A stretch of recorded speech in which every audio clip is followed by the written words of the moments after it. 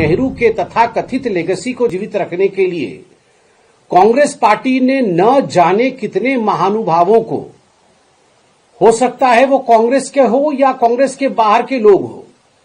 उनके लेगेसी को समाप्त किया है। शायद पंडित जवाहरलाल नेहरू की ना कोई लेगेसी होती और ना ही पंडित जवाहरलाल नेहरू देश के पहले प्रधानमंत्री बनते। साइडवेज रखा गया और दरकिनार किया गया सरदार पटेल को। हम तो स्पष्ट रूप से कहते, न पंडित नेहरू होते, न कश्मीर की समस्या होती। 8 दिसंबर 2025 पार्लियामेंट में वंदे मातरम पर डिस्कशन आरंभ होगा। हम सभी को माननीय प्रधानमंत्री जी को सुनने का सौभाग्य भी मिलेगा और वंदे मातरम को लेकर हम सब में ज्ञान वृद्धि होगी। और दूसरा महत्वपूर्ण विषय है कि जिस प्रकार परसों अर्थात 5 दिसंबर को सोनिया गांधी जी ने एक कार्यक्रम के दौरान कहा था कि द रूलिंग डिस्पेंसेशन अर्थात भारतीय जनता पार्टी नेहरू जी के लेगेसी को मिटाना चाहती है। Bharatiya Janata party is trying to wipe out the legacy of Pandit Jawaharlal Nehru. जहां तक सोनिया गांधी जी और सोनिया गांधी जी के वक्तव्य का सवाल है, हम आरंभ उनके वक्तव्य से ही करते हैं। सोनिया गांधी जी का यह कहना था कि Congress parliamentary party CPP chairperson के नाते कि भारतीय जनता पार्टी नेहरू को विलीफाई कर रही है, कहीं उन्हें एक विलियन बना रही है और उनके इतिहास को डिस्टॉर्ट कर रही है और कहीं न कहीं जो जनमानस है उनके स्मृति से, उनके मेमोरी से नेहरू का नामो निशान मिट जाए, इसका प्रयास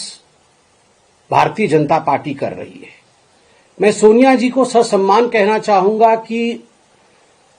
केवल और केवल नेहरू जी को जीवित रखने के लिए, नेहरू के स्मृति को जीवित रखने के लिए और नेहरू के तथाकथित लेगेसी को जीवित रखने के लिए कांग्रेस पार्टी ने न जाने कितने महानुभावों को, हो सकता है वो कांग्रेस के हो या कांग्रेस के बाहर के लोग हो, उनके लेगेसी को समाप्त किया है। उनमें सबसे बड़े उदाहरण अगर मैं देना चाहूं, कुछ उदाहरणों में से बड़ा उदाहरण है वल्लभ भाई पटेल जी का,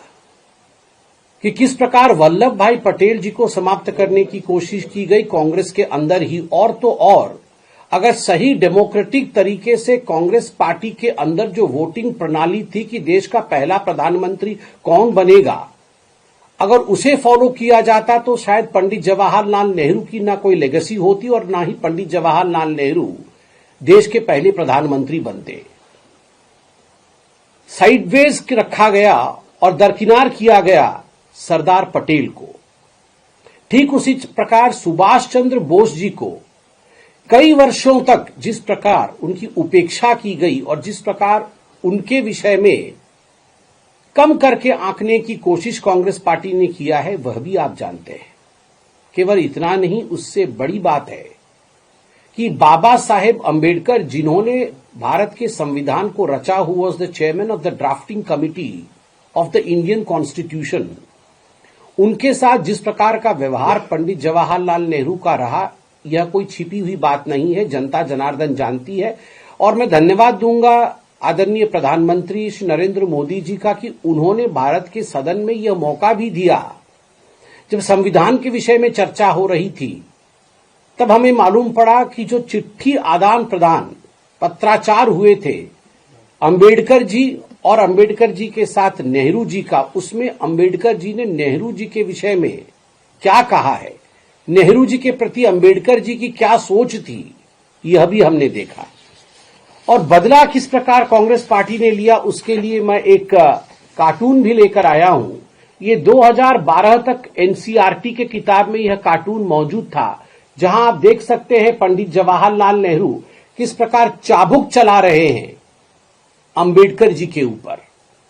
और अंबेडकर जी कॉन्स्टिट्यूशन के जो दाता हैं, कॉन्स्टिट्यूशन के जो निर्माता हैं संविधान के, जिस संविधान के प्रतीक को लेकर राहुल गांधी आज राजनीति करने की कोशिश कर रहे हैं, जिसके निर्माता बाबा साहेब अंबेडकर हैं, वो संविधान बना रहे हैं और उनको चाबुक से, कोड़े से मारने की कोशिश यहां दिखाई गई है पंडित नेहरू की। यह लीगेसी है पंडित जवाहरलाल नेहरू की। तो गांधी परिवार और नेहरू खानदान ने जिस प्रकार बाकी लोगों के लीगेसी की समाप्ति की कोशिश की, और आज सोनिया जी का कहना है कि the Bharatiya Janata party is trying to rewrite the history, तो मैं कहना चाहूंगा the BJP is not trying to rewrite the history, the BJP is trying to rectify the history and give due to the people who really contributed towards independence of this country and to the various facets of this country. साथ ही सोनिया जी का यह भी कहना था कि इस कोशिश में भारतीय जनता पार्टी पंडित नेहरू के जो सोशल, पॉलिटिकल और इकोनॉमिक फाउंडेशंस थे उन्हें समाप्त कर रही है। हम तो स्पष्ट रूप से कहते, न पंडित नेहरू होते, न कश्मीर की समस्या होती,